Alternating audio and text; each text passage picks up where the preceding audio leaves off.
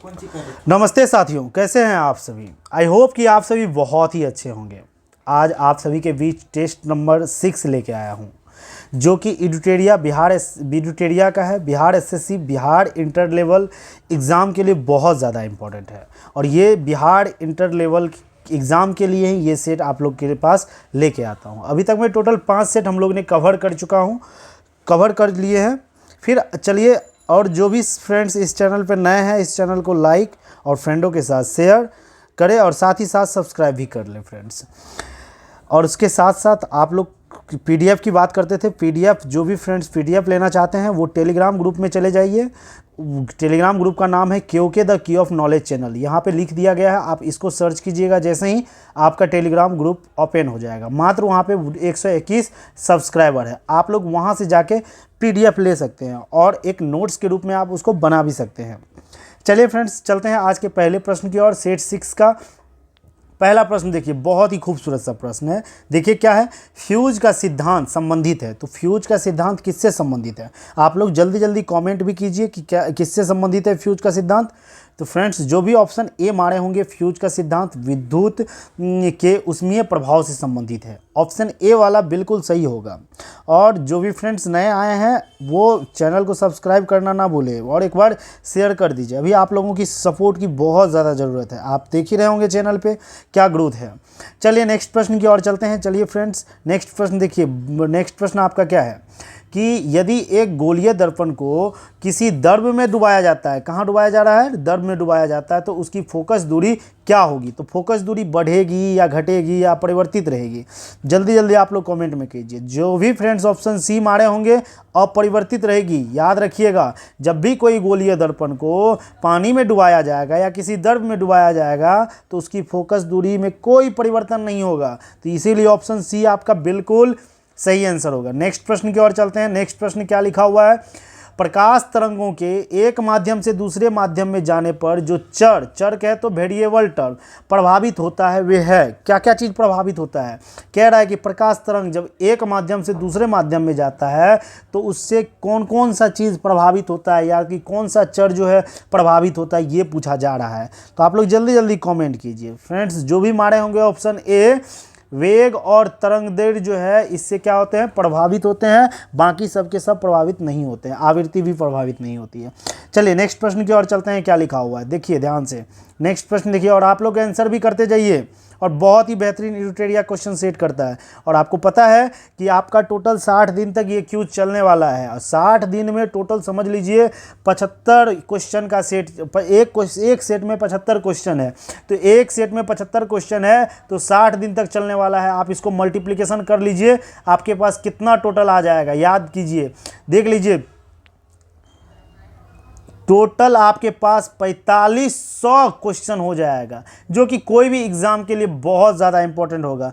आप जो भी फ्रेंड्स इस वीडियो को देखते हुए चले आ रहे हैं, सेट मतलब 60 के 60 दिनों पूरा कंप्लीट कर दिया आप, तो आई होप कि आपका 50+ क्वेश्चन सही होने की संभावनाएं होगी। समझ गए फ्रेंड्स? इसीलिए इसको भी एक बार देख लीजिए और रिवीजन करना बिल्कुल मत भूलिएगा। तो अभी तो नॉर्मल एक बार एक स्पीड बिना किए हुए देख लीजिए, बाद में इसको सेव कर लीजिएगा और साथ ही साथ इसको दुगुना स्पीड पे 1-2 बार रिवीजन कर दीजिएगा, जिससे कि जो हार्ड थोड़ा सा क्वेश्चन रहे, जो थोड़ा सा आपको टफ लगता है, वो भी आपके माइंड में एक घर टाइप से बना ले। इसीलिए आप लोग फिर से इसको इस वीडियो को दुगुना स्पीड पे करके देख लीजिएगा। सिर्फ क्वेश्चन का ही नॉर्मल हम करवा रहे हैं। क्वेश्चन है, उसका आंसर सीधा है, वन लाइनर टाइप से समझ लीजिए, इसको जाइएगा। और साथ ही साथ एक फिगर बना हुआ रहेगा कि नहीं इसका ये आंसर होगा। जैसे ही आंसर आएगा आप तुरंत मार दीजिएगा। इसलिए इंपॉर्टेंट है सारा का सारा वीडियो देखना और लास्ट तक देखना बहुत ज़्यादा इंपॉर्टेंट है। चलिए क्या कह रहा है, किस बिंदु का फ़ारेनहाइट तापक्रम सेंटीग्रेड तापक्रम से दुगुना होता है? आपको पता है ना सेंटीग्रेड तापक्रम क्या होता है। सेंटीग्रेड कहाँ से कहाँ तक रेंज का होता है? 0 डिग्री से 100 डिग्री के बीच में होता है। फ़ारेनहाइट जब आप लोग को पता होगा तो आप लोग को पता ही है कितना डिग्री से होता है, 32 डिग्री से लेकर 212 डिग्री तक होता है। इतना तो पता ही है आपको फ़ारेनहाइट का रेंज। तो इसमें कह रहा है कि क्या चीज़ नहीं है, और आप लोग को फार्मूला आप लोग को याद रहना चाहिए। वो फार्मूला आप लोग कमेंट करके बताइए कि ये सेल्सियस को फ़ारेनहाइट में जब चेंज किया जाता है तो उसका फार्मूला क्या होता है। आप लोग जरूर उसको कमेंट करके बताइए। तो जो भी फ्रेंड्स ऑप्शन ऑप्शन अगर जल्दी बना दिए होंगे आप लोग, अगर ऑप्शन सी मारे होंगे जो भी फ्रेंड्स, उसका बिल्कुल सही होगा। 160 डिग्री सेल्सियस जब कह रहा है कि ना फ़ारेनहाइट तापक्रम सेंटीग्रेड तापक्रम का दुगुना होगा जब 160 डिग्री सेल्सियस रहेगा तब। चलिए नेक्स्ट प्रश्न की ओर चलते हैं। नेक्स्ट प्रश्न देखिए क्या कह रहा है, एक हॉर्स पावर में कितने जूल प्रति सेकेंड होता है। जूल प्रति सेकेंड की बात करते हैं तो हम लोग जानते हैं कि एक हॉर्स पावर में जूल प्रति सेकेंड जो है, सीधा रट जाइएगा इसको, बहुत ज़्यादा इंपॉर्टेंट है, 746 वाट होता है, याद रखिएगा 746 जूल प्रति सेकेंड होता है। VVR लिख लीजिएगा लास्ट में। जो भी फ्रेंड्स इसको देख रहे हैं इसको स्क्रीनशॉट ले लीजिए और इसको बार बार रिवीजन कीजिएगा। ये सब छोटा छोटा क्वेश्चन ही एग्जाम में आपको एग्जाम में भी एकदम घातक टाइप से हो जाता है, इसीलिए इसको बार बार देखिए, रिवीजन करते रहिए। नेक्स्ट प्रश्न की ओर चलते हैं। नेक्स्ट प्रश्न देखिए क्या लिखा हुआ है, लोलक घड़ियां गर्मी में सुस्त हो जाती है, क्यों? क्योंकि लोलक घड़ी की लंबाई बढ़ जाती है, इसीलिए ये हो जाता है। तो याद रखिए गर्मी के दिनों में ये लंबे हो जाते हैं। ऑप्शन ए आपका बिल्कुल सही आंसर होगा। ऑप्शन ए आपका बिल्कुल सही आंसर होगा। जो भी मारे होंगे लोलक गर्मियों के दिन, ये नहीं, लोलक की लंबाई बढ़ जाती है। ऑप्शन सी हो जाएगा आपका सही आंसर। लोलक की लंबाई क्या हो जाती है फ्रेंड? बढ़ जाती है। ऑप्शन सी जो भी मारे होंगे फ्रेंड्स, इसीलिए ये नहीं देख लीजिए क्या लिखा हुआ, गर्मी के दिनों में लंबाई बढ़ जाती है, ये तो बिल्कुल नहीं होगा। इसमें जो लोलक पाया जाता है उसकी लंबाई बढ़ जाती है, इसीलिए क्या हो जाता है, वो सुस्त पड़ जाता है। चलिए नेक्स्ट प्रश्न की ओर चलते हैं। नेक्स्ट प्रश्न देखिए क्या लिखा हुआ है, अतिचालक का लक्षण क्या है। अतिचालक पढ़े होंगे ना, चालक, अतिचालक, तो ये सब पूछा जा रहा है। अतिचालक का लक्षण क्या है? तो अतिचालक क्या करता है, शून्य पराक्रम करता है। इसको सीधा रट जाइएगा, VVR है, लिख दे रहे हैं VVR। लास्ट तक वीडियो देखिए, बहुत बेहतरीन आपके पास प्रश्न आने वाला है, इसीलिए इंपॉर्टेंट है आप इस सबको एक स्क्रीनशॉट लेके लिख लीजिए। नहीं तो आप लोग क्यों के the key of knowledge channel में जाइए और वहाँ पे से आप इसका PDF अच्छे से डाउनलोड कर लीजिए और उसको रिवीजन करते रहिए। और एक नोट्स हो सकता है तो एक हार्ड कॉपी निकाल लीजिएगा इसका और एक फाइल बनाते जाइएगा। ज़्यादा नहीं, 2 पेज में तो निकल जाएगा टोटल का टोटल क्वेश्चन 75। आप लोग उसका हार्ड कॉपी बना के उसको रिवीजन करते रहिएगा। कोई भी अभी तक इस तरीके से PDF बना के नहीं एनालिसिस करवाया, इसीलिए आप लोग PDF भी आप लोग को प्रोवाइड कर दिया जाएगा। चलिए नेक्स्ट प्रश्न की ओर चलते हैं। क्या लिखा हुआ नेक्स्ट प्रश्न देखिए क्या है, कह रहा है निम्नलिखित में से कौन आउटपुट डिवाइस नहीं है, ये पूछा जा रहा है। आउटपुट डिवाइस, आउटपुट डिवाइस का मतलब क्या हुआ? सीधी सी बात है, जो बाहर से लगता हो। मान लीजिए ये मेरा CPU है, इसमें बाहर से क्या क्या लगता है, देखिए मॉनिटर तो लगता ही है, ये TV टाइप से जो रहता है ये तो लगता है। टच स्क्रीन इसी के अंदर रहता है या नहीं रहता है, तो इसके अंदर पाया जाता है टच स्क्रीन। तो ये हम लोग का क्या है, ये आउटपुट डिवाइस नहीं है। बाकी सब के सब, प्रिंटर भी बाहर से लगता है और फ्लंटर भी, ये भी क्या करता है, बाहर से लगता है। तो याद रखिएगा ऑप्शन बी जो भी मारे होंगे उसका बिल्कुल सही होगा। नेक्स्ट प्रश्न की ओर चलते हैं। नेक्स्ट प्रश्न देखिए क्या लिखा हुआ है, रेडियो एक्टिविटी का आविष्कार किया था। बताइए रेडियो एक्टिविटी का आविष्कार किसने किया था? तो सीधा इस सबको रट जाइएगा, बेकुलर ने किया था। क्या था? बेकुरेल ने किया था, रेडियो एक्टिविटी का आविष्कार किया था। जो भी ऑप्शन बी मारे होंगे उसका बहुत ज़्यादा इंपॉर्टेंट, ये समझ लीजिएगा फ्रेंड्स, और उसका सही होगा बी ऑप्शन वाला का। चलिए नेक्स्ट प्रश्न की ओर चलते हैं। क्या लिखा हुआ है, तो उसी के साथ साथ कुछ यहाँ पे और भी दिया हुआ है। डाल्टन ने क्या किया था, रदरफोर्ड ने क्या किया था। तो रदरफोर्ड ने नाभिक का खोज किया था, आपको पता है ना। इस सब चीज़ को आप भी रिवीजन करते रहिएगा और जाके देख लीजिए सब सारा का सारा, किसका खोज किसने किया, क्या नहीं किया, उसको एक बार जाके देख लीजिएगा। जो भी साइंस के लास्ट में वो दिया हुआ रहता है कि इसका खोज ये किया, इसका खोज ये किया, उसको एक बार जाके आप देख लीजिएगा और कोशिश कीजिएगा उसको बार बार रिवीजन करने के लिए। चलिए नेक्स्ट प्रश्न की ओर चलते हैं। परमाणु में कक्षों को भरने का क्रम नियंत्रण होता है। कह रहा है कि जो परमाणु का जो कक्षा होता है उसको जो भरा जाता है उसका नियंत्रण होता है, नियंत्रित होता है, किससे नियंत्रित होता है ये पूछा जा रहा है। तो जब भी याद रखिएगा ये अपबाऊ सिद्धांत के द्वारा जो परमाणु का जो कक्षा होता है ना उसमें उसको भरने का नियंत्रित होता है अपबाऊ सिद्धांत में, ये सब बताया गया है। ए ऑप्शन वाला बिल्कुल सही है, सीधा याद कर लीजिएगा इस सबको और आप लोग जाके सर्च कीजिए कि अपबाऊ सिद्धांत क्या है, हुंड का नियम क्या है, पाउली का अपवर्जक सिद्धांत क्या है। तुरंत अभी 1 मिनट पॉज कीजिए, जाइए गूगल पे सर्च कीजिए और सर्च करने के बाद आप एक एक्स्ट्रा नॉलेज लेके वहाँ से आइएगा और अच्छे से डिफाइन करके वहाँ से आइएगा। इसीलिए कोई भी चीज़ को आप लोग सर्च करना सीखिए सबसे पहले। चलिए नेक्स्ट प्रश्न की ओर चलते हैं। क्या लिखा हुआ है, निम्नलिखित में से कौन सा एक मूल तत्व है? इसमें से पूछ रहा है मूल तत्व है, तो मूल तत्व क्या है, तो मतलब एक ही तत्व से बना हुआ है। देखिए हीरा जो है एक ही तत्व से बना हुआ है, ऑप्शन सी आपका बिल्कुल सही है। रेत में कुछ ना कुछ मिला हुआ रहता है, संगमरमर में भी मिला हुआ रहता है, शक्कर में भी कुछ ना कुछ मिला हुआ रहता है। एक हीरा ही एक ऐसा है जो कि कार्बन को कंप्रेस करके बहुत हार्ड करके बनाया जाता है, इसीलिए इसमें से ओनली फॉर सी कार्बन ही पाया जाता है। इसीलिए ऑप्शन आपका सी बिल्कुल सही आंसर होगा, कहीं गलती मत कीजिएगा। याद रखिएगा हीरा एक ही उसमें तत्व होता है। चलिए नेक्स्ट प्रश्न की ओर चलते हैं, क्या लिखा हुआ है। देखिए बहुत ज़्यादा इंपॉर्टेंट प्रश्न है जो कि सभी के लिए बहुत ज़्यादा इंपॉर्टेंट है। हो सकता है इसका शॉर्ट सभी आप लोग को प्रोवाइड करा दिया जाएगा कि हाँ उसको भी जाके आप लोग क्या कीजिएगा, प्रमोट कीजिएगा, शेयर कर दीजिए अपने फ्रेंड के बीच में। आप लोग के बीच में इतना मेहनत करके PDF बना के लाते हैं, चलिए आप लोग कर दीजिएगा। देखिए क्या लिखा हुआ है, सोप स्टोन जिसको कहते हैं टाल्क, सोल्प स्टोन जिसको टाल्क कहते हैं, मुख्यतः क्या है। तो याद रखिएगा, सीधा इसको रट जाइएगा, ये क्या है, मैग्नीशियम सिलिकेट है। सोप स्टोन जो है मैग्नीशियम सिलिकेट है, सीधा रट जाइएगा इसको। ऑप्शन डी वाला जिसको आता है वो तो बहुत बढ़िया है, वो भाई साहब तहलका मचा दीजिएगा, और जिसको नहीं आता वो एकदम ले लीजिए, स्क्रीनशॉट ले लीजिए। और साथ ही साथ अगर नहीं स्क्रीनशॉट ले सकते हैं, सारा क्वेश्चन लेना चाहते हैं, तो जाइए टेलीग्राम ग्रुप पे KOK the key of knowledge channel. फिर से लिख दूं तो फर्स्ट में देखिएगा, डिस्क्रिप्शन में वैसे लिंक दे दिया जाएगा टेलीग्राम का, आप लोग डिस्क्रिप्शन में जाके टेलीग्राम पे क्लिक कीजिएगा, और टेलीग्राम पे जैसे ही लिंक पे पहुंचिएगा वैसे ही आपका सेट 6 का क्या हो जाएगा, सेट आ जाएगा। आप लोग जाके देख लीजिएगा, याद रट जाइएगा इसको, मैग्नीशियम सिलिकेट होगा। नेक्स्ट प्रश्न की ओर चलते हैं, क्या लिखा हुआ है, निम्नलिखित में से कौन सा जोड़ा तत्व के मिश्र धातु का नहीं है। मिश्र धातु पूछा जा रहा नहीं है, क्वेश्चन ध्यान से पढ़िए, कह रहा है कि नहीं है, ये पूछा जा रहा है। तो याद रखिएगा इसका जो हो जाएगा फ्रेंड्स, इसमें याद रखिएगा तांबा और कांसा में भी क्या है, तांबे का, पीतल और कांसा में भी तांबे का अंश है।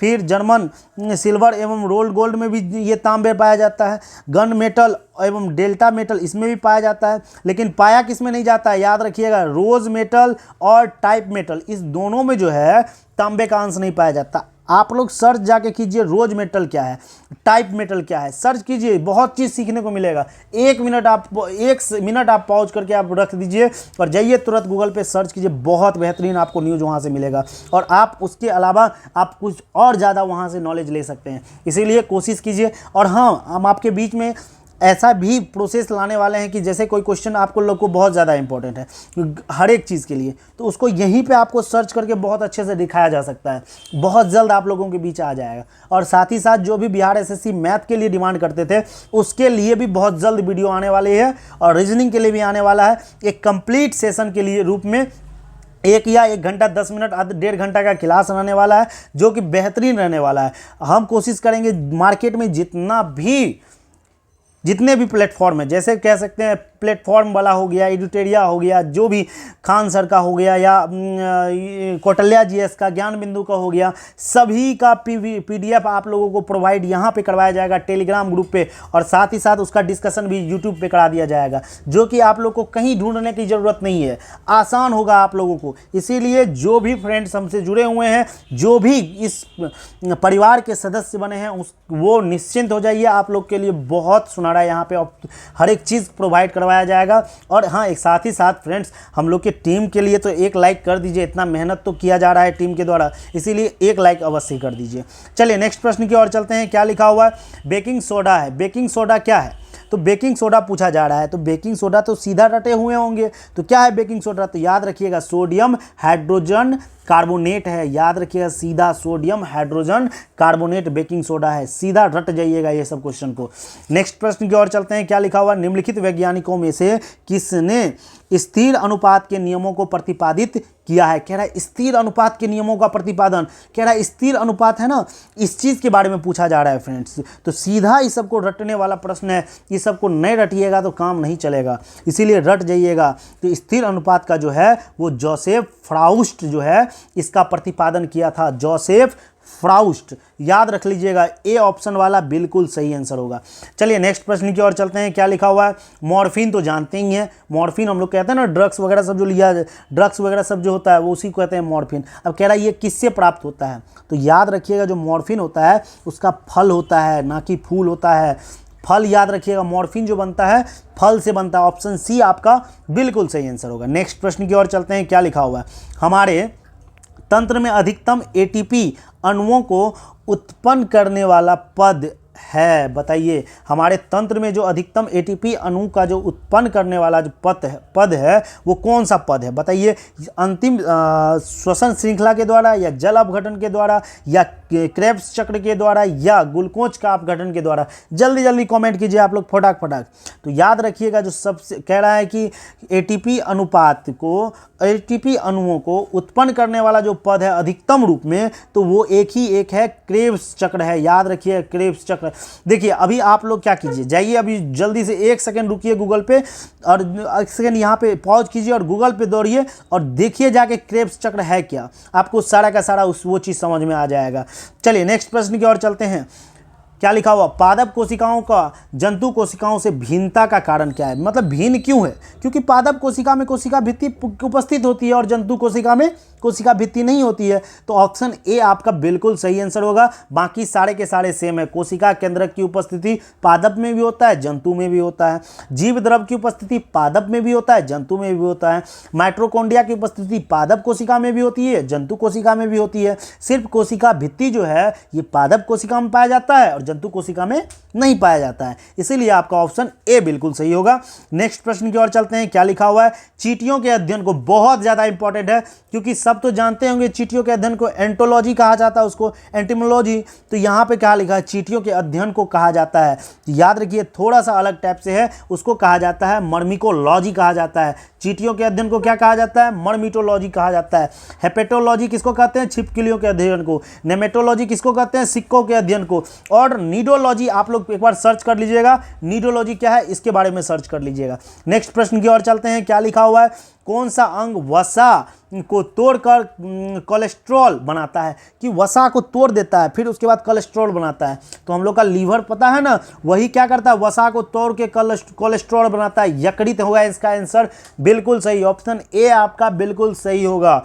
तो आप लोग जल्दी जल्दी मतलब मारते भी जाइए, कमेंट करते जाइएगा। हाँ सर इसका ये कमेंट होगा, इसका ये कमेंट होगा। ये ऐसे में नहीं होता है फ्रेंड्स, आप लोग कमेंट भी करते जाइए। कमेंट आप करते हैं तो लगता है कि हाँ कि कुछ पॉजिटिविटी आ रहा है, कि घर सारा कोई देख रहा है, इसको अच्छे से देख रहा है। चलिए नेक्स्ट प्रश्न की ओर चलते हैं। क्या लिखा हुआ? हथेली में पाए जाने वाली हड्डी। देखिए, अब इसको तो कंफ्यूज करेगा कि हथेली में पाए जाने वाली हड्डी कार्पल है कि मेटाकार्पल है। जो डिटेल से पढ़ा होगा उसको तो पता होगा ना। तो आप लोग के लिए बहुत जल्द इस पर भी एक वीडियो बना दिया जाएगा कि हड्डियों पर, हमारे शरीर के पूरे बोन पे भी एक क्या कहते हैं वीडियो बना दिया जाएगा। याद रखिएगा, हाथों की में पाए जाने वाली जो हड्डी होती है वो मेटाकार्पल होता है और कार्पल पाँव में पाया जाता है। ह्यूमरस बाजू जानते हैं ना, बाह को कहा जाता है ह्यूमरस। और ये जो हाथ वाला आगे रेडियस और अल्ना पाया जाता है। तो ये चीज़ आप लोग को याद रखिए, ये हाथ है, ये बाजू है, तो ये कंधा से जुड़ा हुआ रहता है, इसको कहा जाता है ह्यूमरस। और ये जो यहाँ पे हाथ बन गया फ्रेंड्स, तो ये जो हाथ हम लोग का है, तो ये जो हम लोग का हाथ है, तो ये जो पाया जाता है इसको कार्पल्स कहते हैं। यहाँ पे रेडियस और अल्ना पाया जाता है। 2 गो बोन यहाँ पाया जाता है, ऊपर में रेडियस और नीचे में अल्ना होता है। याद रखिएगा इतना चीज़। ये ह्यूमरस होता है। क्या होता है? ह्यूमरस होता है, ये भी याद रखिएगा। चलिए नेक्स्ट प्रश्न की ओर चलते हैं। बहुत ही बेहतरीन प्रश्न आप लोगों के बीच और एडिटोरिया के द्वारा बहुत ही बेहतरीन प्रश्न है। कौन सा विटामिन ई से संबंधित रासायनिक पदार्थ है? कह रहा है विटामिन ई से जो संबंधित रासायनिक पदार्थ है, सीधा इस सबको याद करिए। विटामिन ए क्या होता है, विटामिन बी क्या होता है, फिर विटामिन सी क्या होता है, डी क्या होता है, ये सबको सारा का सारा आप लोग क्या कीजिएगा, एक बार जाके रिवीजन कर लीजिएगा। और विटामिन ई से संबंधित रासायनिक पदार्थ जो है वो टेकोफेरोल है, जो ऑप्शन ए आपका बिल्कुल सही आंसर होगा। नेक्स्ट प्रश्न की ओर चलते हैं। क्या लिखा हुआ है? विडाल परीक्षण। बहुत ही बेहतरीन प्रश्न। विडाल जो परीक्षण होगा, बहुत सारे लड़का को क्या हो जाता है ना, मतलब टाइफाइड वगैरह सब हो जाता है। पटना में तो कुछ समय पहले चलन था टाइफाइड का, इसीलिए याद रखिए विडाल परीक्षण जो है वो टाइफाइड में होता है। तो बहुत को नहीं पता रहता है कि टाइफाइड हुआ है हमको, तो हमको किस चीज़ का जांच हुआ है। तो याद रखिए उसमें विडाल परीक्षण करवाया जाता है। याद रखिएगा ये सब चीज़ को, इंपॉर्टेंट है क्योंकि ये हेल्थ से भी रिलेटेड है। पूछ दिया जाएगा आपको टाइफाइड हुआ था, तो टाइफाइड हुआ तो किस चीज़ का जाँच करवाए थे आप, तो उसमें बोलिएगा कि हम विडाल परीक्षण करवाए हुए थे टाइफाइड के जाँच में। चलिए नेक्स्ट प्रश्न की ओर चलते हैं। क्या लिखा हुआ है कि सूखा सहिष्णुता याद रखिए सूखा सहिष्णुता से संबंधित हार्मोन। देखिए कितना लाजवाब प्रश्न है फ्रेंड्स। ये सब प्रश्न जिसको तो लग रहा होगा कि पहली बार देख रहे हैं, और जिसको लग रहा है कि पहली बार देख रहे हैं, वो इसको एक बार स्क्रीनशॉट फटाक से लीजिए और जाइए और इसको बार बार रिवीजन कीजिएगा। कह रहा है सूखा सहिष्णुता से संबंधित क्या है, तो याद रखिए वो क्या है, एब्सिसिक अम्ल होता है सूखा सहिष्णुता, एब्सिसिक एसिड। ए आपका बिल्कुल सही आंसर होगा। नेक्स्ट प्रश्न की ओर चलते हैं। क्या लिखा हुआ है, साल्क टीका निम्नलिखित में से किस व्याधि से संबंधित है। कह रहा है जो साल्क टीका है वो किस व्याधि से संबंधित है, चेचक है या टिटनस है या टीवी है या पोलियो है, बताइए किस में साल्क टीका लगाया जाता है। तो हमेशा याद रखिएगा बच्चों को पोलियो दिया जाता है ना जी, तो याद रखिए उसी में साल्क टीका लगता है, पोलियो में। ऑप्शन डी आपका बिल्कुल सही आंसर होगा। नेक्स्ट प्रश्न की ओर चलते हैं। क्या लिखा हुआ, संविधान के अनुसार नई अखिल भारतीय सेवा की शुरुआत की जा सकती है। बताइए नई जो अखिल भारतीय सेवा जो शुरुआत किया जाएगा किस तरीके से संविधान के अनुसार किया जाएगा, तो याद रखिएगा वो क्या किसके द्वारा किया जाएगा, राज्यसभा के द्वारा किया जाएगा नई अखिल भारतीय सेवा। ये पॉलिटी का एक यूनिक क्वेश्चन है, आप लोग कोशिश कीजिएगा इसको भी स्क्रीनशॉट ले लें क्योंकि ये थोड़ा सा अलग टाइप से है। अगर आपसे पूछ देगा नई अखिल भारतीय जब ये सुनने में आएगा तो आप सोचिएगा कि लोकसभा में भी होता है, राज्यसभा में भी होता है, तो ये सिर्फ नई अखिल भारतीय जो सेवा की शुरुआत की जाएगी वो सिर्फ और सिर्फ राज्यसभा द्वारा ही किया जाएगा और किसी के द्वारा नहीं किया जाएगा। इसीलिए ये इंपॉर्टेंट है, आप इसको क्या कीजिएगा, स्क्रीनशॉट ले लीजिएगा। इसका भी ऑप्शन बी आपका बिल्कुल सही आंसर होगा। नेक्स्ट प्रश्न की ओर चलते हैं। क्या लिखा हुआ है, किस वाद में सर्वोच्च न्यायालय ने स्पष्ट किया है कि मूल अधिकार एवं नीति निर्देशक तत्व एक दूसरे के पूरक है।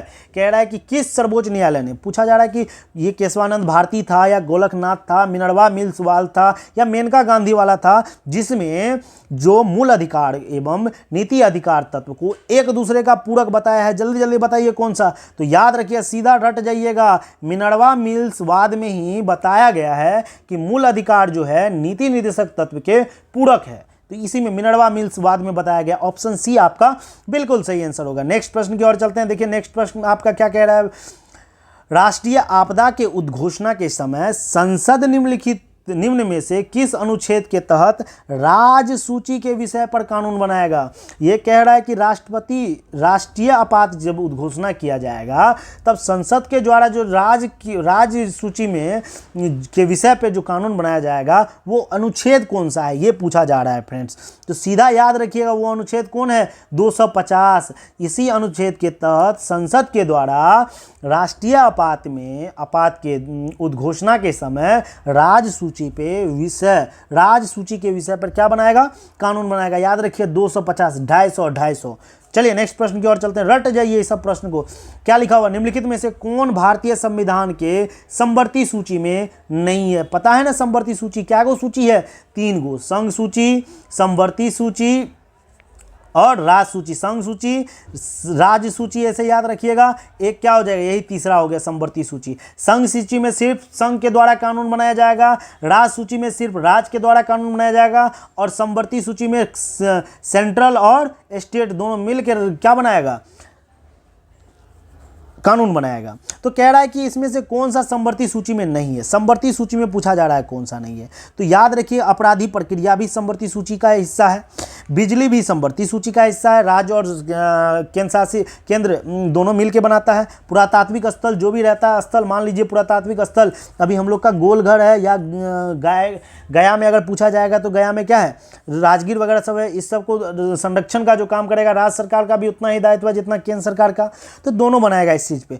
और जो सार्वजनिक व्यवस्था होता है इस पे ओनली फॉर राज्य सरकार के द्वारा ही बनाया जाएगा सार्वजनिक व्यवस्था पे, ये समवर्ती सूची के अंतर्गत नहीं आएगा। जो ऑप्शन डी है आपका बिल्कुल सही आंसर होगा। नेक्स्ट प्रश्न की ओर चलते हैं। क्या लिखा हुआ है, निम्नलिखित में से कौन राष्ट्रपति के प्रसाद प्रयत्न पद धारण नहीं करता है। इसमें से कह रहा है कि राष्ट्रपति के द्वारा कौन पद धारण नहीं करता, सीधा अपना लैंग्वेज में समझिए। तो याद रखिएगा लोकसभा अध्यक्ष जो होता है ये चुना जाता है। कहाँ, लोकसभा अध्यक्ष तो ऑलरेडी क्या होता होता है, लोकसभा के मेंबर होते हैं, निर्वाचित सदस्य होते हैं, उसको लोकसभा के अंदर ही इसको क्या किया जाता है, चुना जाता है और इसको लोकसभा अध्यक्ष बनाया जाता है उसको। इसीलिए ये राष्ट्रपति के द्वारा पद धारण नहीं करते। बाकी सब के सब केंद्रीय मंत्री जो होता है उसको भी राष्ट्रपति पद धारण करवाते हैं, राज्यपाल को भी राष्ट्रपति पद धारण करवाते हैं और महान्यायवादी को भी राष्ट्रपति पद धारण करवाते हैं। इतना चीज आप लोगों को याद रहना चाहिए। नेक्स्ट प्रश्न की ओर चलते हैं। क्या लिखा हुआ है, निम्नलिखित में से किसकी सिफारिश पर केंद्र द्वारा राज्यों की वैधानिक अनुदान दिया जाता है? बताइए किसके सिफारिश पर, कह रहा है कि किसकी सिफारिश पर, मतलब कौन सिफारिश करता है केंद्र सरकार को कि केंद्र सरकार कहता है कि मोदी जी, अभी मोदी जी हैं तो कहता है मोदी जी सुनिए ना, उस राज्य को भी थोड़ा सा अनुदान दे दीजिए ना, किसके सिफारिश पे करता है? तो याद रखिएगा वो जो करेगा वो वित्त आयोग की सिफारिश पे, वित्त आयोग बोलेगा कि केंद्र सरकार को कि उस राज्य को भी थोड़ा सा अनुदान दे दीजिए ना, तो आपका ऑप्शन सी हो जाएगा, बिल्कुल आंसर सही हो जाएगा। कोई प्रॉब्लम आप लोगों को यहां तक? आप लोग लास्ट तक वीडियो जरूर देखें, बहुत ही बेहतरीन प्रश्न के साथ एडुटेरिया ये क्वेश्चन सेट की है फ्रेंड्स, इसीलिए आप लोग को देखना बहुत ज़्यादा इंपॉर्टेंट है। पीडीएफ चाहिए तो आप लोग टेलीग्राम ग्रुप में चले जाइए, डिस्क्रिप्शन में लिंक है, और साथ ही साथ और सारा वीडियो, आज 6ठा सेट है, और सारा वीडियो देखने के लिए आप लोग जाइए प्लेलिस्ट में, वहाँ पर दिया हुआ है Edutoria test series, Edutoria Bihar SSC practice set 1 2 3 करके दिया है, सारा का सारा देख दीजिए। ज़्यादा मिनट का नहीं है, 20 से 30 मिनट का सारा वीडियो है, कुछ ज़्यादा नहीं है। आप लोग डबल स्पीड में देखिएगा तो आप लोग इजी से इसको अपने माइंड में रख सकते हैं और कोई भी ज़्यादा टाइम नहीं लगेगा। चलिए नेक्स्ट प्रश्न की ओर चलते हैं। निम्नलिखित में से कौन भारत में सरकार के संसदीय स्वरूप की विशेषता को व्यक्त किया करता है? कह रहा है कि जो भारत सरकार के जो संसदीय स्वरूप की विशेषता को कौन व्यक्त करता है, इसमें से कौन बताता है कि ये भारत की संसदीय स्वरूप का जो विशेषता है इस तरीके से, कौन बताने का काम करता है? तो याद रखिएगा वो काम करता है कार्यपालिका और विधायिका के प्रति उत्तरदायी होना। मतलब जो कार्यपालिका जो है वो विधायिका के प्रति उत्तरदायी होता है, यही संसदीय स्वरूप की विशेषता को व्यक्त करता है कि संसद का जो विशेषता है, संसदीय स्वरूप की जो विशेषता है वो कार्यपालिका का विधायिकी के रूप में उत्तरदायी होगा। चलिए नेक्स्ट प्रश्न की ओर चलते हैं। ऑप्शन डी वाला बिल्कुल सही होगा, ऑप्शन डी जो मारेंगे उसका बिल्कुल सही होगा। नेक्स्ट प्रश्न की ओर चलते हैं। निम्नलिखित भारत में निम्नलिखित राज्यों में से किस राज्य की विधानसभा की सीट की संख्या सर्वाधिक है? बताइए। अब जिसको पता होगा विधानसभा की सीट की संख्या वही ना बताइएगा। अब देखिए सबका आंकड़ा हम लिख देते हैं, आप लोग खुद सर्च कर लीजिएगा, खुद इसमें ढूंढ लीजिएगा कौन किसका विधानसभा सीट की संख्या अधिक है। बात करते हैं पश्चिम बंगाल की जो विधानसभा सीट की संख्या है टोटल कितनी है? 294 विधान परिषद की संख्या पश्चिम बंगाल का। और अपना बिहार में जो है विधान परिषद की संख्या बताइए आप लोग कमेंट करके बिहार वासियों। तो याद रखिए 243 बिहार में विधान परिषद है। और मध्य प्रदेश की बात करें तो मध्य प्रदेश में जो है मामा जी तो हट गए, अब दूसरा कोई आ गया है, तो ये 230 इसमें यहाँ पे विधान परिषद है। तमिलनाडु की बात करें, तमिलनाडु में टोटल विधान परिषद की संख्या कितनी, विधानसभा सीटों की संख्या, सॉरी विधान परिषद नहीं है, विधानसभा है। विधानसभा की संख्या कितनी है? 234। अब बताइए आप लोग कमेंट करके जल्दी बताइए, इसमें से बताइए किस राज्य की विधानसभा सीट सर्वाधिक है, किस राज्य का है सर्वाधिक? तो याद रखिएगा ये पश्चिम बंगाल का जो है सबसे ज़्यादा है, 294 है। ऑप्शन ए वाला बिल्कुल सही होगा, जो भी ऑप्शन ए मारे होंगे उसका बिल्कुल सही होगा। ये किसका है फ्रेंड्स? तो ये है पश्चिम बंगाल का। नेक्स्ट प्रश्न की ओर चलते हैं। क्या लिखा हुआ है? निम्नलिखित युग्मों में से कौन सही सुमेलित है? सही सुमेलित के लिए पूछा जा रहा है, तो सीधी एक हो या एक को सही सुमेलित है, बाकी सबका सब गलत है। एनी बेसेंट न्यू इंडिया नामक पत्रिका कौन लिखी थी? एनी बेसेंट, यही ठोस सुमेलित है, बाकी कोई नहीं सुमेलित है। समझ गए ना? आप लोग इसको एक बार ध्यान से देख लीजिएगा। हिंद स्वराज किसका है, कॉमनवेल्थ किसका है, इंडियन विंग्स फ्रीडम किसका है, ये तो आप लोग को पता ही होगा, एपीजे अब्दुल कलाम का होगा। कॉमनवेल्थ किसका है? जल्दी आप लोग को, हिंद स्वराज किसका है? तो महात्मा गांधी का है। तो आप लोग ये सबको सर्च कीजिए थोड़ा सा। चलिए नेक्स्ट प्रश्न की ओर चलते हैं, टाइम बहुत ज़्यादा होते हुए जा रहा है, आप लोग जल्दी इसको कंप्लीट कीजिए। आधुनिक बिहार का निर्माता किसे माना जाता है? आधुनिक बिहार बहुत ज़्यादा इंपॉर्टेंट, बिहार के सभी एग्जाम के लिए इंपॉर्टेंट है और बिहार एसएससी के लिए तो बहुत ज़्यादा इंपॉर्टेंट है, याद कर लीजिए इसको। आधुनिक बिहार का जो है निर्माता कहा जाता है सच्चिदानंद सिन्हा को। किसको कहा जाता है बाबू लोग? ये सच्चिदानंद सिन्हा को। ऑप्शन ए आपका बिल्कुल सही आंसर होगा। नेक्स्ट प्रश्न की ओर चलते हैं। क्या लिखा हुआ है? गांधी इरविन समझौता हुआ मुख्य रूप से, कह रहा है कि गांधी इरविन जो समझौता हुआ उसमें किस लिए गांधी इरविन समझौता हुआ? तो सीधी सी बात है, उसको इरविनवा को गांधी जी को कहां भेजना था? गोलमेज सम्मेलन में भेजना था, तो कांग्रेस प्रतिनिधित्व करने के लिए गांधी जी को गोलमेज सम्मेलन में भेजा गया था। याद रखिए, इसी के लिए ये क्या हुआ, गांधी इरविन के बीच में समझौता हुआ था। गोलमेज सम्मेलन में कांग्रेस की भागीदारी सहज करने के लिए गांधी और इरविन के बीच में समझौता हुआ था। ऑप्शन ए आपका बिल्कुल सही आंसर होगा। नेक्स्ट प्रश्न की ओर चलते हैं, क्या लिखा हुआ है, पत्रकार के कर्तव्यों का निर्वहन करते हुए जेल जाने वाले प्रथम भारतीय कौन है। तो पत्रकारिता भी करते रहे और क्या हुआ, निभाते निभाते क्या हुआ, इसको जेल भी कर दिया, अंग्रेज ने इसको जेल भिजवा दिया। तो कौन है वो, तो वो याद रखिएगा एक ही और एक है, उसका नाम है सुरेंद्र नाथ बनर्जी।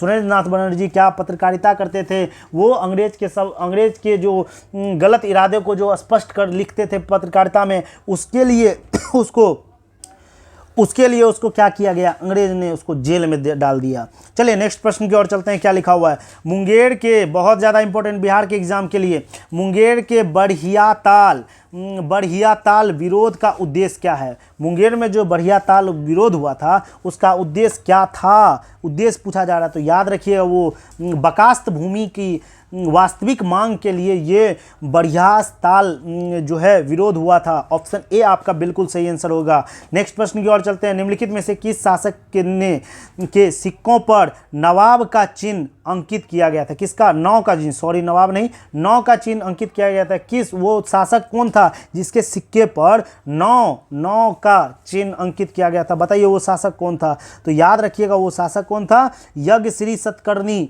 यही सतकर्णी के सिक्कों पे जो था 9 का चिन्ह अंकित किया गया था। बहुत ही इंपॉर्टेंट प्रश्न है, रटते जाइएगा आप लोग, इस सबको कंप्लीट करते जाइएगा, समझ गया ना। पीडीएफ जाइए डाउनलोड कर लीजिए टेलीग्राम ग्रुप से, डिस्क्रिप्शन में लिंक दिया हुआ है। चलिए नेक्स्ट प्रश्न की ओर चलते हैं, और जो भी फ्रेंड्स नए हैं सब्सक्राइब कर दो भाई, सभी सब्सक्राइब कर दीजिएगा, तब ना आप लोगों के लिए भी हम बहुत अच्छा वीडियो लेके आएंगे, सेट लेके आएंगे। सारा मार्केट में आप लोग को सेट यहीं से प्रोवाइड करवा दूंगा, इसीलिए आप लोग सब्सक्राइब जरूर कर दीजिए और एक प्यारा सा कॉमेंट अवश्य कीजिए फ्रेंड्स। आप लोग जब तक मोटिवेट, आप लोग जब तक एक लाइक एक कमेंट नहीं करते हैं तो हम लोग की टीम, हम लोग को और हम पूरे टीम को थोड़ा सा मोटिवेशन के लिए आपका लाइक और कमेंट बहुत ज़्यादा ज़रूरत है। चलिए नेक्स्ट क्या कह रहा है, नेक्स्ट प्रश्न, कौन सा सुल्तान नया धर्म चलाना चाहता था किंतु उलेमा लोगों ने विरोध किया था। बोला कि हम नया धर्म चलाएंगे, लेकिन उलेमा, वहाँ के जो उलेमान लोग थे उसका विरोध किया। तो याद रखिए वही था अलाउद्दीन खिलजी। कौन कौन देखे हैं पद्मावती, उसी में अलाउद्दीन खिलजी के बारे में बताया गया है ना। तो आप जो भी नहीं देखे हैं जाके देख लीजिएगा पद्मावती, समझ गया ना, अलाउद्दीन खिलजी, उसके बारे में पता चल जाएगा। यही अलाउद्दीन खिलजी जो था ये नया धर्म चलाना चाहता था, लेकिन वहाँ का जो मौलाना वगैरह सब था, उलेमा वगैरह सब था, उसका विरोध किया। बोला कि नहीं बन सकता है, सब सर्वोच्च मतलब एक धर्म मुसलमान धर्म है, तो उसी को वो प्रचार प्रसार करते थे। चलिए नेक्स्ट प्रश्न की ओर चलते हैं, क्या लिखा हुआ है, निम्नलिखित शासकों में से किस एक ने 4 अश्वमेध का संपादन किया था। 4 गो अश्वमेध का संपादन किया था। अश्वमेध मतलब क्या होता था, घोड़ा को सजाया वजाया जाता था और छोड़ दिया जाता था, जहाँ तक घोड़ा जाता था वहाँ तक का क्षेत्र उस राजाओं का हो जाता था। अगर उस घोड़ा को कोई पकड़ लिया तो क्या होता था, उससे उस राजा को युद्ध करना पड़ता था, ठीक ना। इसीलिए उसके अब जो शक्तिशाली होता था वो घोड़ा को छोड़ देता था, उसके घोड़ा को डर से भी कोई नहीं पकड़ता था, और जो दुर्बल रहता था उसके घोड़ा को पकड़ के उसी को हरा देता था। तो याद रखिए इसी को कहते हैं अश्वमेध। 4 अश्वमेध का संपादन किया था किस शासक ने, तो याद रखिएगा वो शासक नाम था प्रवरसेन प्रथम ने क्या किया था, 4 गो अश्वमेध का संपादन किया था। ऑप्शन बी आपका बिल्कुल सही आंसर हो जाएगा। नेक्स्ट प्रश्न की ओर चलते हैं, चोल राजाओं में किस एक ने सिलोन पर विजय प्राप्त की। सिलोन पे जाके विजय प्राप्त किया था, बताइए चोल राजा वो कौन था जो सिलोन पे जाके विजय प्राप्त किया। एक के वो था, वो राजेंद्र प्रथम था, एकदम श्रीलंका तक दौड़ गया था, ये राजेंद्र प्रथम था। ऑप्शन सी आपका बिल्कुल सही आंसर होगा। नेक्स्ट प्रश्न की ओर चलते हैं, सूची 1 सूची 2 को मिलाने के लिए कह रहा है, पहले मिला के देखिए क्या लिखा हुआ है। ऋग्वेद पूछा जाएगा तो ऋग्वेद में क्या है, सबसे पहले स्रोत और प्रार्थना है। ऋग्वेद में है तो है क्या, तो याद रखिए ऋग्वेद में क्या है, स्रोत और प्रार्थना। मतलब यहाँ पे लिखते जाते हैं, 1 का क्या हो जाएगा 4 होते जाएगा। 1 मिनट रुक जाइए, 1 यहाँ लिखते हैं, 1 का क्या हो जाएगा 4 होते जाएगा। यजुर्वेद पूछा जाएगा तो क्या कहिएगा, स्रोत एवं कर्मकांड। इसमें क्या है, दूसरा नंबर।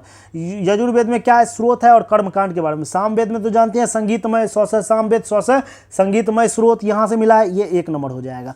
लेकिन अर्थवेद में है जादू टोना टटका मोटका सब है, यहाँ पे टटका मोटका किया जाता है, ये तंत्र मंत्र एवं वशीकरण किया जाता है। तो याद रखिए ये किसमें है, अथर्ववेद में। 3 नंबर यहाँ हो जाएगा। तो आप लोग देख लीजिए 4 2 1 3 कहाँ है, 4 2 1 3 आपका 4 2 1 3 ऑप्शन ए वाला बिल्कुल सही होगा आपका आंसर। नेक्स्ट प्रश्न की ओर चलते हैं। नेक्स्ट प्रश्न देखिए क्या लिखा हुआ है। अशोक को सर्वप्रथम कहाँ का शासक नियुक्त किया गया था? सबसे पहले जो है अशोक को कहाँ का शासक नियुक्त किया गया था? तो कोई मार दिए होंगे तक्षशिला, ये बिल्कुल गलत है। उज्जैन का सबसे पहले शासक इसको नियुक्त किया गया था अशोक को। मौर्य वंश का जो था शासक था अशोक, उसको कहाँ पे सबसे पहले? ये था उज्जैन का सबसे पहले शासक बनाया गया था। ऑप्शन सी आपका बिल्कुल सही आंसर होगा। नेक्स्ट प्रश्न की ओर चलते हैं। देखिए क्या लिखा हुआ है। निम्नलिखित में से किसने वर्नाकुलर प्रेस एक्ट लागू किया था? वर्नाकुलर प्रेस एक्ट मतलब वर्नाकुलर प्रेस एक्ट में क्या था ना, जो उस समय के जो हमारे लैंग्वेज में, मतलब वहाँ के जो प्रांतीय लैंग्वेज में जो पत्र चलता था, उसको रोकने के लिए वर्नाकुलर प्रेस एक्ट लाया गया था। और ये किसके समय में आया था? उस समय के गवर्नर कौन थे? तो याद रखिए उस समय के गवर्नर थे लॉर्ड रिपन थे। और वर्नाकुलर प्रेस एक्ट को रद्द करने का काम किया कौन किया? रद्द करने का काम रिपनवा काम किया, इसको हटाने का काम किया लॉर्ड रिपन। याद रखिए, इस दोनों को याद रखिएगा। चलिए नेक्स्ट प्रश्न की ओर चलते हैं। क्या लिखा हुआ है? पर्यावरण अनुकूल उपभोक्ता उत्पादों को चिन्हित करने के लिए सरकार द्वारा क्या आरंभ किया गया है? मतलब कह रहा है कि जो पर्यावरण अनुकूल उपभोक्ता उत्पादों को चिन्हित करने के लिए सरकार द्वारा क्या आरंभ किया गया है? क्या चीज़ आरंभ किया गया है? जो अगर पर्यावरण अनुकूल अगर नहीं है तो उसको, मतलब कह रहा है कि जो मान लीजिए ये पर्यावरण अनुकूल है कोई भी चीज़, तो इसको किस मार्क, कौन सा चिन्ह दिया जाएगा इसको कि पर्यावरण अनुकूल है? तो याद रखिए वो सरकार के द्वारा इको मार्क दिया जाता है कि ये इको फ्रेंडली है, ये आप कर सकते हैं पर्यावरण के अंतर्गत। तो सही है। तो सरकार के द्वारा इको मार्क लॉन्च किया, इको मार्क चिन्ह बनाया गया, जो कि पर्यावरण अनुकूल उपभोक्ता उत्पाद के लिए ये चिन्ह बनाया गया। ऑप्शन ए आपका बिल्कुल सही आंसर होगा। ये सब प्रश्न को रट जाइएगा फ्रेंड्स, बहुत ज़्यादा इंपॉर्टेंट है, माइंड से निकलना नहीं चाहिए। तो इको मतलब भी होता है, हमारे चारों ओर इकोसिस्टम पड़े हैं ना आप लोग। चलिए नेक्स्ट प्रश्न की ओर चलते हैं। क्या लिखा हुआ है? विश्व का विशालतम पारिस्थितिकी, विशालतम जब पूछा जाएगा पारिस्थितिकी तंत्र, तो एक है, उसका नाम है समुद्र। समुद्र में सबसे ज़्यादा पारिस्थितिकी तंत्र है, समझ गया ना? धरती से भी ज़्यादा समुद्र में पारिस्थितिकी तंत्र है। बहुत छोटे छोटे जीव है, समझ गया ना? क्योंकि हम लोग को पता है कि 1/3 भाग में क्या है? जल है। तो 1/3 भाग में जब जल है तो उसमें कितना ज़्यादा पारिस्थितिकी तंत्र, छोटा से छोटा, बहुत ज़्यादा, बड़ा से बड़ा वेल वगैरह सब उसी में पाया जाता है। चलिए नेक्स्ट प्रश्न की ओर चलते हैं। क्या लिखा हुआ है? एक साधारण समुद्री आहार, देखिए समुद्री आहार श्रृंखला पूछा जा रहा है, ना कि आपका हम लोग का आहार पूछा जा रहा है कि समुद्री आहार जो है ये किस तरीके। पहले आएगा डाइटम, उसके बाद आएगा क्रेस्टेशियाई, उसके बाद आ जाएगा हेरिंग। तो ऑप्शन ए वाला बिल्कुल सही आंसर हो जाएगा। तो आप लोग थोड़ा सा इसको देख लीजिएगा, समुद्री आहार का श्रृंखला भी देख लीजिएगा, क्या पता पूछा जा सकता है। इसके साथ साथ ये आहार श्रृंखला, हम लोगों का भी आहार श्रृंखला देख लीजिएगा, उपभोक्ता उत्पाद और जो भी हो इस सबको सारा का सारा श्रृंखला देख लीजिएगा आप लोग, बहुत बेहतर होगा आप लोगों के लिए। चलिए नेक्स्ट प्रश्न की ओर चलते हैं। प्रोजेक्ट टाइगर के बारे में पूछा जा रहा है, इस सबको तो सीधा रट जाइएगा, बहुत ज़्यादा VBI इंपॉर्टेंट है। तो प्रोजेक्ट टाइगर जब ये पूछा जा रहा है तो ये हो जाएगा ऑप्शन बी हो जाएगा। 1973 ईस्वी में प्रोजेक्ट टाइगर की शुरुआत की गई थी। ऑप्शन बी आपका बिल्कुल सही आंसर होगा। नेक्स्ट प्रश्न की ओर चलते हैं। क्या लिखा हुआ है?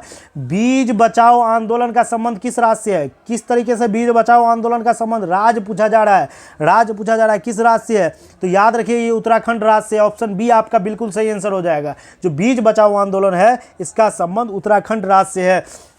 अच्छा प्रश्न है, याद कर लीजिएगा इस सबको। और PDF जाइए डाउनलोड कर लीजिए, टेलीग्राम डिस्क्रिप्शन में लिंक दिया हुआ है। बार बार आप लोगों को कह रहे हैं क्योंकि आप लोग भूलिए नहीं, और जाके टेलीग्राम ज्वाइन कर लीजिए। वहीं पे आप लोग को हर एक चीज़ का PDF मिल जाएगा। जैसे ही SPD का PDF आएगा तो आप लोग को वहीं पे मिल जाएगा, जैसे ही एडिटोरिया का PDF आएगा वहीं पे मिल जाएगा, सारा का सारा PDF वहीं पे मिल जाएगा। चलिए नेक्स्ट प्रश्न की ओर चलते हैं। भारत का सबसे बड़ा बाघ अभ्यारण्य निम्नलिखित में से कौन सा है? तो बाघ अभ्यारण्य पूछा जा रहा है, निम्नलिखित में से कौन सा है? तो भारत के अंदर पूछा जा रहा है बाघ अभ्यारण्य, तो उसका नाम है नागार्जुन सागर वन्य जीव अभ्यारण्य। ये जो है ये सबसे बड़ा बाघ अभ्यारण्य। और आप लोग कमेंट करके बताइए तो ये नागार्जुन सागर वन्य जीव अभ्यारण्य कहाँ है? आप लोग कमेंट करके बताइए जल्दी जल्दी। बी ऑप्शन आपका बिल्कुल सही आंसर होगा। नेक्स्ट प्रश्न की ओर चलते हैं। क्या लिखा हुआ है? अंग्रेजी साहित्य के लिए पहली बार ज्ञानपीठ पुरस्कार कब दिया गया? जो ज्ञानपीठ पुरस्कार दिया गया वो पहली बार कब दिया गया? तो याद रखिएगा जो अंग्रेजी साहित्य में ज्ञानपीठ पुरस्कार ऑप्शन डी 2018 में पहली बार दिया गया था। बहुत ज़्यादा इंपॉर्टेंट है क्योंकि आजकल ये भी पूछा जा रहा है कि साहित्य जो इस क्षेत्र में साहित्य पुरस्कार कब देना स्टार्ट किया गया, इस क्षेत्र में कब देना स्टार्ट किया गया, ये सब सारा का सारा प्रश्न पूछा जाता है फ्रेंड्स। इसलिए आप लोग इसको रिमेंबर करते हुए जाइएगा। नेक्स्ट प्रश्न की ओर चलते हैं। देखिए क्या लिखा हुआ नेक्स्ट प्रश्न, बहुत जल्द, बस थोड़ा सा ही है, बस आप लोग देखिए लास्ट ही होने वाला है और बहुत ही बेहतरीन प्रश्न है, बस और ज़्यादा नहीं, 10-20 प्रश्न बचा हुआ है, उसको देख लीजिए, 5 मिनट के अंदर सारा का सारा कंप्लीट हो जाएगा। बर्फानी तूफान, जो बर्फ वाली तूफान होती है, किस प्रकार आपदा है, मतलब किस प्रकार की आपदा इसको कहा जाता है, ये पूछा जा रहा है। तो याद रखिए ये वायुमंडलीय आपदा है। अगर वायुमंडलीय कोई चेंज होता है तब ये बर्फानी तूफान आता है, समझ गए ना। ऑप्शन ए आपका बिल्कुल सही आंसर होगा। नेक्स्ट प्रश्न की ओर चलते हैं। क्या लिखा हुआ है, भारतीय प्रमाणित समय निर्धारण। देखिए जो भारत में जो प्रमाणित समय निर्धारण किया जाता है वो उसका डिग्री पूछा जा रहा है। तो याद रखिए सारा 8200 डिग्री तो ये तो जानते हैं सब, लेकिन किस देशांतर में, या पूर्वी देशांतर में, ये तो याद रखिएगा आप लोग, पूरब में है, ऐसे याद रखिए, पूरब में 8250 डिग्री हम लोग का भारतीय प्रमाणन समय निर्धारण रेखा है। चलिए नेक्स्ट प्रश्न की ओर चलते हैं। क्या लिखा हुआ है, वेगनर, बहुत ज़्यादा इंपॉर्टेंट है। वेगनर के महाद्वीप विस्थापन का सिद्धांत क्या संबंधित है, बताइए। वेगनर का जो महाद्वीप का जो विस्थापन सिद्धांत है ये क्या है, ये पूछा जा रहा है। तो याद रखिएगा ये महाद्वीप एवं महासागर की उत्पत्ति से है। जो महाद्वीप है एवं महासागर की उत्पत्ति से वेगनर के महाद्वीप विस्थापन का सिद्धांत संबंधित है।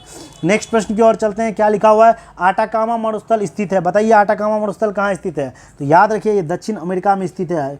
आप लोग को वर्ल्ड मैप पता है ना, यहाँ पे है क्या चीज़, उत्तर अमेरिका, यहाँ पे क्या है, दक्षिण अमेरिका, फिर यहाँ पे क्या है, अफ्रीका है, फिर उसके बाद यहाँ पे एशिया है, यहाँ पे यूरोप है, फिर यहाँ पे जाके ऑस्ट्रेलिया है। कितना हुआ, 1 2 3 4 5 6 हुआ, और एगो ऊपर में जाके या नीचे में कह सकते हैं अंटार्कटिका है, बर्फ से घिरा हुआ। तो आप लोग को 7 गो कॉन्टिनेंट याद है ना, तो याद दक्षिण अमेरिका वाला कॉन्टिनेंट में आटाकामा मरुस्थल है। याद रखिए इतना चीज़, दक्षिण अमेरिका वाला कॉन्टिनेंट में क्या है, ऑप्शन डी आपका बिल्कुल सही है, आटाकामा दक्षिण अमेरिका, आटाकामा दक्षिण अमेरिका, याद रखिएगा ऐसे करके। नेक्स्ट प्रश्न की ओर चलते हैं। क्या लिखा, निम्नलिखित में से कौन सा युग्म सही नहीं है। क्वेश्चन को ध्यान से पढ़िए, नहीं दिया हुआ है, सही नहीं है इसमें से। देखिए पंपाज अर्जेंटीना ये बिल्कुल सही है, डाउन्स ऑस्ट्रेलिया में पाया जाता है, रट जाइएगा इस सबको फ्रेंड्स। उसके बाद देखिए वेल्स दक्षिण अफ्रीका में है, बिल्कुल सही है, लेकिन लोनाज जो है ये चिली में नहीं है। आपसे आप लोग कॉमेंट कीजिए, नहीं तो अभी जस्ट हम 1 सेकंड में बताते हैं, आप लोग जब तब तक कॉमेंट कीजिए, बताइए लोनाज कहाँ स्थित है, कमेंट कीजिए, आप लोग कमेंट कीजिए तब तक। चलिए नेक्स्ट प्रश्न की ओर चलते हैं। क्या लिखा हुआ है, याद रखिए अच्युताश्म, इसको कहते हैं स्टेलेक्टाइट एवं निशुस्ताश्म, जिसको कहते हैं स्टेलेगमाइट। याद रखिए इंग्लिश वर्ड याद रखिएगा, स्टेलेक्टाइट और स्टेलेगमाइट जो है निक्षेपणात्मक स्थलाकृति है। किसका निक्षेपणात्मक स्थलाकृति है ये पूछा जा रहा है। तो याद रखिए ये भूमिगत जल का, ये थोड़ा सा इसको लिख लीजिएगा, स्क्रीनशॉट ले लीजिएगा। अजीब सा थोड़ा सा वर्ड है, अजीब नहीं है, इसको 2 बार 3 बार पढ़िएगा, एकदम क्लियर हो जाएगा। लिखा हुआ है स्टेलेक्टाइट, उसके बाद स्टेलेगमाइट, ये दोनों जो है कि किस निक्षेपण स्थलाकृति है, मतलब किससे निक्षेपण होकर स्थल बनता है। ये भूमिगत जल के अंदर, मतलब जल जो है जमीन के अंदर जो जल पाया जाता है उसमें ये स्थलाकृति बनाया जाता है। चलिए नेक्स्ट प्रश्न की ओर चलते हैं। क्या लिखा हुआ है, नेक्स्ट प्रश्न देखिए क्या लिखा हुआ है, निम्नलिखित नगरों शहर में कौन भारत का पिट्सबर्ग कहा जाता है, मतलब किसको भारत का पिट्सबर्ग कहा जाता है ये पूछा जा रहा है। तो याद रखिए जमशेदपुर को क्या कहा जाता है, भारत का पिट्सबर्ग कहा जाता है। ऑप्शन बी आपका बिल्कुल सही आंसर होगा। नेक्स्ट प्रश्न की ओर चलते हैं। क्या लिखा हुआ है, बेलाडीला कहाँ पे है, छत्तीसगढ़ में। किस खनिज के उत्पाद के लिए बेलाडीला जो है ये किस खनिज के उत्पाद के लिए प्रसिद्ध है, बताइए यहाँ पे। तो याद रखिएगा जो भी फ्रेंड्स ऑप्शन सी मारे होंगे उसका बिल्कुल सही होगा, लो एस के लिए ज़्यादा इंपॉर्टेंट है। नेक्स्ट प्रश्न की ओर चलते हैं। क्या लिखा हुआ, निम्नलिखित में से किसका संबंध कथकली नृत्य से नहीं है, पूछा जा रहा है। किसका संबंध जो है कथकली नृत्य से नहीं है ये पूछा जा रहा है।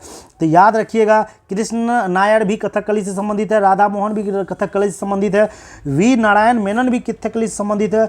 ये मायाधर जो है रावत है ये कथकली से संबंधित नहीं है, इसका हमको भी याद नहीं आ रहा, आप लोग कमेंट करके जरूर बताइए मायाधर रावत किस नृत्य से संबंधित है। नेक्स्ट प्रश्न की ओर चलते हैं। क्या लिखा हुआ है, विश्व स्तनपान दिवस प्रतिवर्ष कब मनाया जाता है। सीधा प्रश्न है, सबको रट जाइएगा सीधा। तो याद रखिए 1 अगस्त को विश्व स्तनपान दिवस मनाया जाता है। ऑप्शन ए आपका बिल्कुल सही होगा।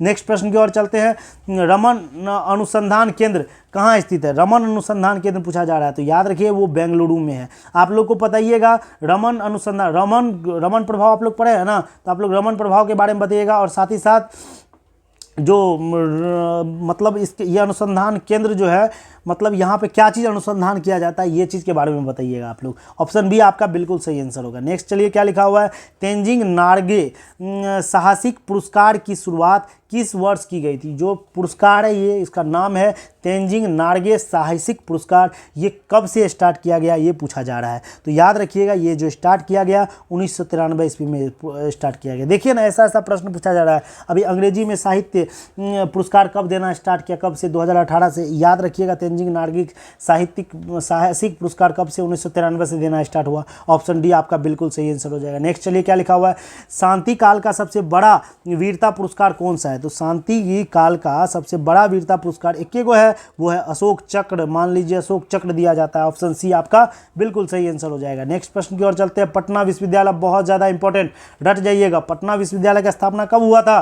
तो याद रखिए 1917 ईस्वी में क्या हुआ था, पटना विश्वविद्यालय का स्थापना हुआ था। ऑप्शन बी आपका बिल्कुल सही आंसर होगा। नेक्स्ट देखिए क्या लिखा हुआ, ऑपरेशन कावेरी का संबंध है। तो ऑपरेशन कावेरी का संबंध किससे है। तो याद रखिए, जो भारत जब सूडान से अपने यात्रियों को वापस ला रहे थे, तब वहाँ पे ऑपरेशन कावेरी चलाया गया था। भारत और सूडान के बीच में ऑपरेशन कावेरी चला था। वहाँ से इंडियन को भारत लाना, उसी को कहते थे भारत ऑपरेशन कावेरी नाम दिया गया था। ऑप्शन बी आपका बिल्कुल सही आंसर होगा। बहुत जल्द, बस और 1-2 मिनट।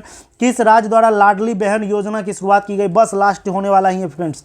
तो याद रखिए, लाडली बहन योजना जो है ये किसके द्वारा, ये मध्य प्रदेश सरकार के द्वारा। ऑप्शन सी आपका बिल्कुल सही आंसर हो जाएगा। नेक्स्ट देखिए क्या लिखा हुआ, किसके द्वारा प्रोजेक्ट हिमांक शुरू किया गया। प्रोजेक्ट हिमांक किसके द्वारा शुरू किया गया, बीआरओ के द्वारा शुरू किया। बॉर्डर रोड ऑर्गेनाइजेशन के द्वारा प्रोजेक्ट हिमांक शुरू किया गया। याद रखिए, ये सब इंपॉर्टेंट प्रश्न है। चलिए नेक्स्ट प्रश्न की ओर चलते हैं। क्या लिखा हुआ है, हाल ही में किस देश में 3 लोगों के डीएनए वाला बच्चा का जन्म हुआ। बहुत थोड़ा सा यूनिक है, मतलब 3 गो लोग का डीएनए उस बच्चा में मिला हुआ है। कहाँ पे, किस देश में, ये पूछा जा रहा है। तो याद रखिए वो देश कौन सा है, ब्रिटेन है। ऑप्शन डी आपका बिल्कुल सही आंसर हो जाएगा। नेक्स्ट प्रश्न की ओर चलते हैं। क्या लिखा हुआ है, वर्ल्ड हैप्पीनेस इंडेक्स में दूसरा स्थान कौन सा है। मतलब पूरे वर्ल्ड में बताइए दूसरा स्थान किसका है वर्ल्ड हैप्पीनेस इंडेक्स में। तो ये वो हो जाएगा देश कौन सा, डेनमार्क का दूसरा स्थान है। आप लोग को पहला बताना है और भारत का स्थान बताना। भारत का रैंक इसमें कितना है, जल्दी जल्दी आप लोग को कमेंट कीजिए। आप लोग जाइए, सर्च कीजिए और पता कीजिए। और सर्च किया हुआ चीज़ आपको कभी नहीं भूलिएगा आप लोग, लेकिन सर्च कीजिए जरूर। चलिए नेक्स्ट प्रश्न की ओर चलते हैं। क्या लिखा हुआ, और इसके साथ साथ एक चीज़ याद रखिएगा, ये जो है वर्ल्ड हैप्पीनेस इंडेक्स 2023 जो है, ये भी सर्च करके आप लोग कमेंट कीजिए किस संस्था के द्वारा दिया जाता है, किस संस्था के द्वारा दिया जाता है। आप लोग ये कमेंट करके जरूर बताइए। चलिए नेक्स्ट प्रश्न की ओर चलते हैं। क्या लिखा हुआ है, हाल ही में किसे सीबीआई का निर्देशक नियुक्त किया गया। तो बताइए सीबीआई का निर्देशक कौन है। तो इस बार जो सीबीआई का निर्देशक नियुक्त किया गया है, परवीन सूद को किया गया। ऑप्शन बी आपका बिल्कुल सही आंसर होगा। नेक्स्ट प्रश्न की ओर चलते हैं। क्या लिखा हुआ है, किस देश ने राष्ट्रपति द्रौपदी मुर्मू को the grand order of the chain of yellow star सम्मान से सम्मानित किया है। बताइए वो कौन सा देश है। तो याद रखिए वो सूरीनाम देश है। ऑप्शन ए आपका बिल्कुल सही आंसर हो जाएगा। नेक्स्ट प्रश्न की ओर चलते हैं। कलर्स ऑफ डिवोशन पुस्तक के लेखक कौन है। तो कलर्स ऑफ डिवोशन पुस्तक के लेखक जो हैं अनीता भारत शाह है। कौन है, Anita Bharat Shah colours of devotion पुस्तक के लेखक। ऑप्शन ए आपका बिल्कुल सही आंसर होगा। और आज का लास्ट प्रश्न बहुत ही बेहतरीन प्रश्न, मेडिसिन क्षेत्र में नोबेल पुरस्कार 2023 से किसे सम्मानित किया गया है। तो मेडिसिन के क्षेत्र में कौन, विष लगेगा, सांप काटेगा तो विष लगेगा ना जी। तो याद रखिएगा केटालिन कारिको और डू विसमैन को, इस दोनों को जो है क्या दिया गया, मेडिकल के क्षेत्र में नोबेल पुरस्कार दिया गया। नोबेल पुरस्कार के लिए वीडियो आप लोग के पास बहुत जल्द आने वाला है। और नहीं तो आप लोग को पड़ा हुआ है वीडियो, आप लोग जाके देख सकते हैं। नोबेल पुरस्कार के बारे में बताया गया है। आप लोग जाइए वहाँ पे करंट सेक्शन में, उसमें नोबेल पुरस्कार के बारे में बताया गया है। नहीं तो नॉर्मल आप लोग क्या कीजिए, जाइए और बहुत जल्द फिर से एक नया वीडियो आप लोग के पास नोबेल पुरस्कार के बारे में लाएंगे, एकदम धांसू ट्रिक के साथ। जो और साथ ही साथ आज का 75 क्वेश्चन हम लोग ने कंप्लीट कर लिया है। और जिसका भी प्रश्न था कि सर मैथ के लिए भी बेहतरीन ट्रिक के साथ और 1 सेकंड में बनने वाला प्रश्न लाइए, तो ज़रूर हम बहुत जल्द आप लोगों के बीच ले आने का कोशिश करूँगा।